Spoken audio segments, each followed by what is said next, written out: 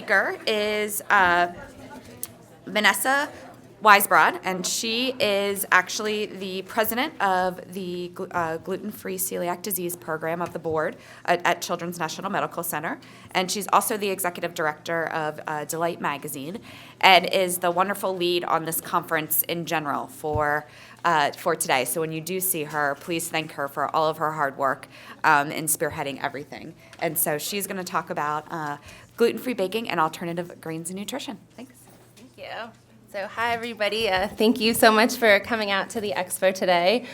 We really appreciate you supporting Children's National and in the gluten-free community in Washington, D.C. So thank you. I'm going to do my presentation and answer a few questions, and then I'll have to go help the vendors finish setting up their booths. So if there's other questions afterwards, you can find me. I'll be here all day.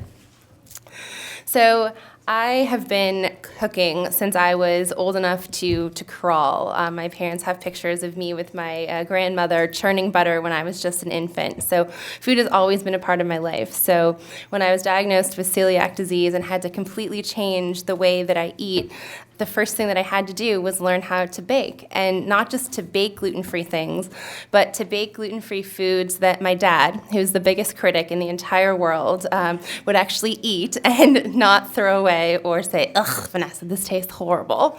So years and years of experimenting and trying different flours, both blending my own and purchasing gluten-free all-purpose flours on the market has led to me believing that gluten-free food is delicious. And my dad's in the room today, and he'll agree with you, and he'll admit that gluten-free baking can be good.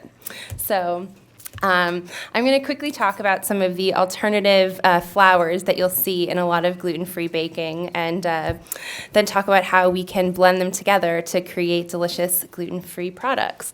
So almond flour is one of my favorite ingredients to bake with.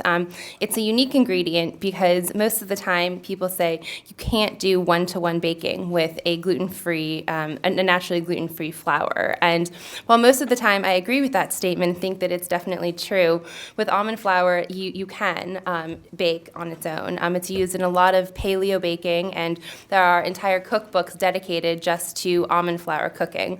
So it's one that you can use by itself, but I definitely would not recommend it for all of your baking needs. Something that I really like about